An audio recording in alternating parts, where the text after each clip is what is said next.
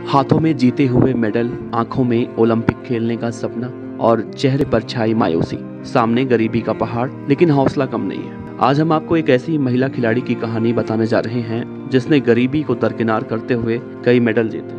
मजदूर माँ बाप ने भी अपने आप को कर्ज के बोझ के तले दबाकर अपनी बेटी को विदेश भेजा।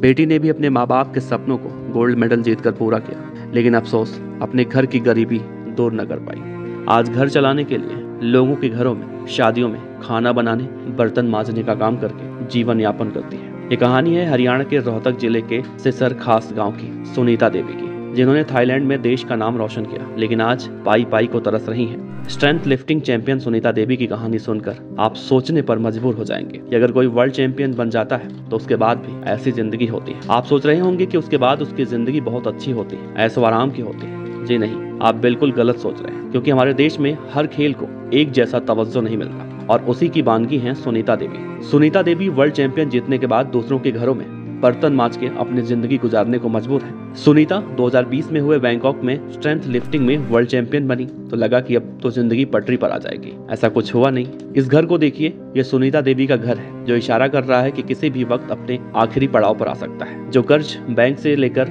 बैंकॉक में गोल्ड मेडल जीता, अब उसी कर्जे को उतारने के लिए मजदूरी करना पड़ रहा है। सुनीता उस लम्हे का जिक्र करके रोने लगती हैं जब उन्होंने तिरंगा ओढ़कर देश का मान बढ़ाया। सुनीता कहती हैं, जब वो वर्ल्ड चैंपियन बनी थी, उसके बाद देश का तिरंगा ओढ़ा तो ऐसा लगा कि ये वक्त यहीं थम जाए, रुक जाए, ठहर जाए। सालों की मेहनत आज सफल हुई। गोल्ड मेडल जीत कर आई तो उन्हें लगा कि अब तो घर की गरीबी दूर हो जाएगी। इस बात की उम्मीद बिल्कुल नहीं थी कि उन्हें फिर से मजदूरी करनी पड़ेगी, लोगों के घरों में बर्तन मांजना पड़ेगा। लेकिन हुआ बिल्कुल उसका उल्टा। ऊपर से मुसीबतों का पहाड़ और टूट पड़ा। बैंकों का कर्ज, लोगों के ब्याज का पैसा, अब सब कुछ सुनीता देवी और उनके माता पिता पर भारी पड़ने लगा है। ऐसे में सरकार पर भी कई तरह से सवाल उठते हैं कि आखिर क्यों सभी खेलों को अलग अलग निगाहों से देखा जाता है। अगर यही सुनीता देवी क्रिकेट खेल कर आई होती तो पूरा देश उन्हें सर आंखों पर बिठा लिया होता। शादियों में खाना बनाने और बर्तन मांजने के एवज में सुनीता देवी को 500 रुपए दिहाड़ी के रूप में मिलता है, और इस दौरान उनका प्रैक्टिस भी छोड़ना पड़ता है। अगर वो प्रैक्टिस करने जाएंगी तो मजदूरी नहीं कर पाएंगी, मजदूरी करने जाएंगी तो प्रैक्टिस नहीं कर पाएंगी।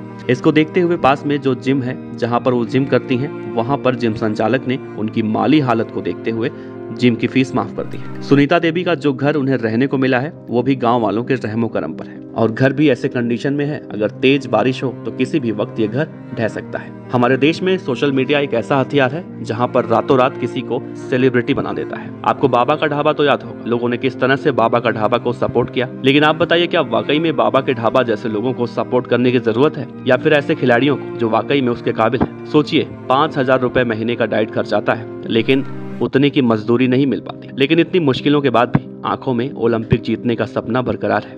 उम्मीद है हमारा ये वीडियो देखकर सरकार, प्रशासन, तंत्र की आंखें खुलेंगी और सुनीता देवी जैसे वर्ल्ड चैंपियन को उनका वाजिब हक दिलाने में कोशिशें की जाएंगी। Team local vocal.